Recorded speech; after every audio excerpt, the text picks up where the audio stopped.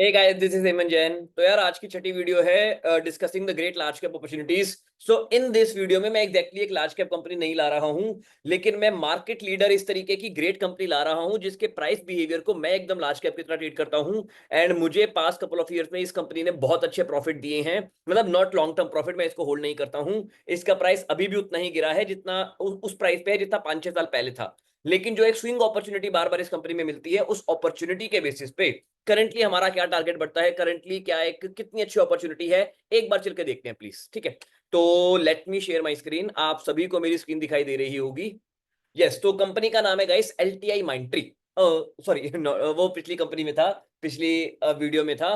Company का नाम है नेरोलैक पेंट्स। नेरोलैक पेंट्स की अगर मैं बात करूं तो यार 20,000 करोड़ की कंपनी है।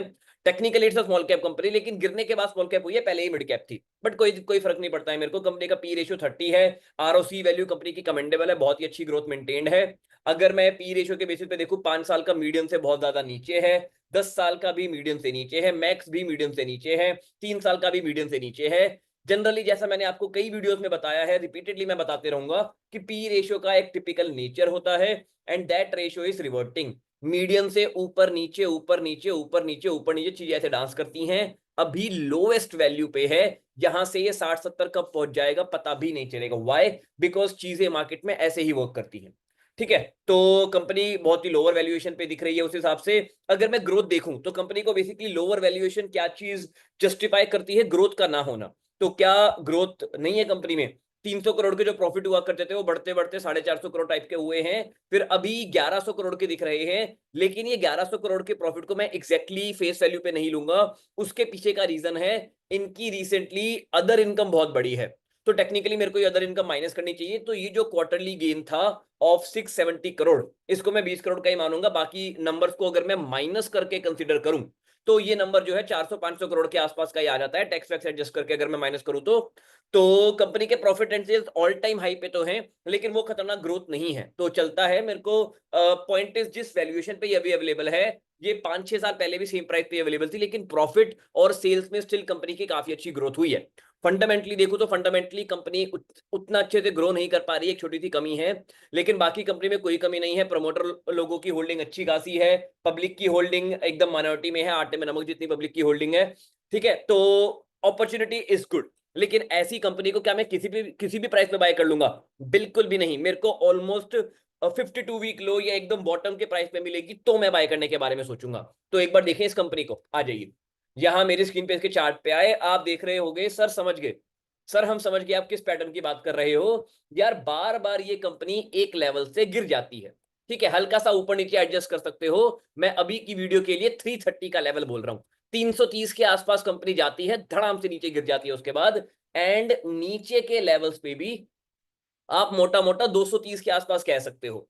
230 के आसपास तक आती है, या क्योंकि यहां पे हल्का सा ऊपर ही मुड़ गई थी, हल्का सा ऊपर मार्क कर लो, मुझे कोई दिक्कत नहीं है। 240 बोल लो। तो कंपनी की एक टिपिकल रेंज है यार। बर्जर पेंट्स का भी कुछ ऐसा ही बिहेवियर है, एशियन पेंट का भी कुछ ऐसा ही बिहेवियर है, कि कंपनी एक रेंज में डांस करती रहती है। बार बार नीचे आई, आप देख पा रहे हो, यहां से ऊपर, उसके बाद नीचे आई, देन यहां से ऊपर, उसके बाद नीचे आई, देन यहां से ऊपर, उसके बाद नीचे आई, देन यहां से ऊपर, उसके बाद नीचे आई, देन यहां से ऊपर, उसके बाद नीचे आई, देन यहां से ऊपर। जाएगी या नहीं जाएगी आप खुद सोचो। मैं आपको कुछ भी नहीं कह रहा हूं कि क्या होने वाला है, मैंने आपको बस कुछ रूल बताए हैं कि इस तरीके से कई बार कंपनी से बड़ी रेंज में बाय कर एक एक बड़ी रेंज में मूव करती हैं। एंड हमारे देश की जनता ऐसे में क्या करती है? सर रजिस्टर्स के ऊपर ब्रेकआउट आ गया, मैं यहां पे टॉप पे बाय कर लूं। सर सपोर्ट के नीचे ब्रेकडाउन चला गया, मैं यहां पे बेच दूं।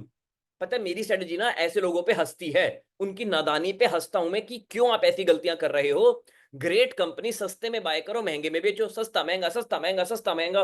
क्यों ब्रेकआउट ब्रेकडाउन और शॉर्ट टर्म के पीछे भागना है? तो आपसे भी मेरी यही रिक्वेस्ट है कि यार प्लीज ब्रेकआउट ब्रेकडाउन और शॉर्ट टर्म के पीछे मत भागो। Have a long term view. मैं नहीं कह रहा ये गेम 2 महीने में आने वाला है, obviously I am not saying that. Past में कितने कितने महीने में आया है एक बार वो देखें। पहले आया था एक साल में, मतलब 239 डेज में, लगभग 8 महीने में गेन आया था। 8 महीने में 36% is a good gain. Then एक साल में 38 गेन आया था, again is a good gain. Then again 220 दिन में आया था, 7 महीने में आया था। देन ये गेन तो 1 महीने के अंदर अंदर ही आ गया था, 2 महीने में आ गया था।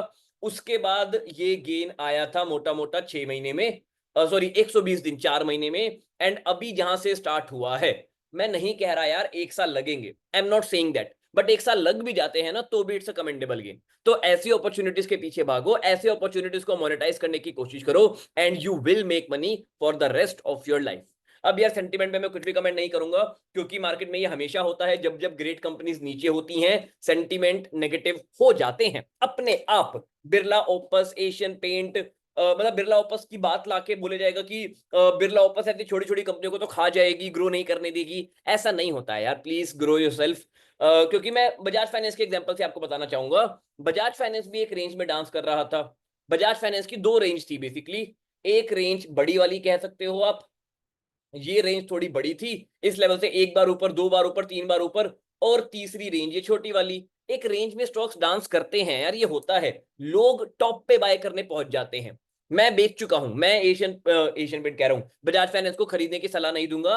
बॉटम पे नीचे 6,000 6,500 पे खरीदने का समय था बजाज फाइनेंस। अभी मैं अपनी सारी प्रॉफिट बुकिंग कर चुका हूं, अच्छा खासा प्रॉफिट हुआ है मुझे इसमें, लेकिन अब मैं बजाज फाइनेंस को बाय नहीं कर रहा हूं। एंड मैंने आज ही एक वीडियो देखी है, लिटरली यूट्यूब पे ऐसी सजेशन में आ गया था अपने आप कि Nifty down 11%, this stock up 15%। मुझे पता था कि मोमेंटम की वीडियो होगी। अगेन बजाज फाइनेंस को उस वीडियो में बाय करने के लिए बोला जा रहा है कि देखो निफ्टी के बुरे होने के बावजूद ये स्टॉक चमनप्राश खा के बैठा हुआ है, ये स्टॉक अभी भी ग्रेट स्टॉक है। ऐसा नहीं होता है यार, वैसे लोगों को फॉलो मत करो। आई नो आप लोगों की फीड में भी, यूट्यूब फीड में भी वैसे लोग आते होंगे, प्लीज डोंट फॉलो देम। अब आप बोलोगे सर कौन था वो बंदा, उसका नाम बताओ, हम उसको जो है कमेंट में नेगेटिव कमेंट करेंगे, कोई सेंस नहीं बनता, क्योंकि 99% जनता जो वो बंदा कह रहा था ना वही चीज कर रही है, किस किस को चुप करोगे। तो just focus on your good deeds and you will make money for the rest of your life. रही बात बजाज फाइनेंस की, मैं बेच चुका हूं।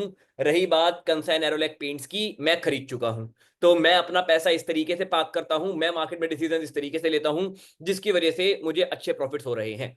And if you also want to make big money in the market, then you have to take decisions like this, otherwise stop loss तो पूरी दुनिया का हिट हो ही रहा है, आपका भी हिट हो जाएगा। ठीक है, अब मेरा क्यों नहीं होता स्टॉप लॉस हिट, क्योंकि मेरी डिक्शनरी में स्टॉप लॉस ही नहीं है। ठीक है, मैं चलता हूं यार, मिलता हूं आपको नेक्स्ट वीडियो में। As a reminder once again I would like to remind you, intraday is a scam, please intraday मत करो। एज अ रिटेलर आप पैसे नहीं बना सकते, ऑप्शन बाइंग में पैसे नहीं बना सकते, क्रिप्टो में पैसे बनाना नेक्स्ट टू इम्पॉसिबल है। गलती से बन भी गए पैसे, गलती से, तो आपका ऐप वो पैसे आपको विड्रॉ करने देगा या नहीं देगा मुझे नहीं पता। मेरी वीडियो में डाउट है, सर्च ऑन लिंक्डइन, आकाश अस्थावासिया करके एक बंदा है, उसने पोस्ट डाला हुआ है कि उसने मुड्रेक्स करके एक्सचेंज में पैसे डाले थे, उन्होंने पैसे विड्रॉ ही नहीं करने दिए उसके। ठीक है, बड़ी मेहनत मशक्कत के बाद उसके पैसे मिले हैं। तो यार ऐसे ऐप पे आप भरोसा कैसे कर सकते हो।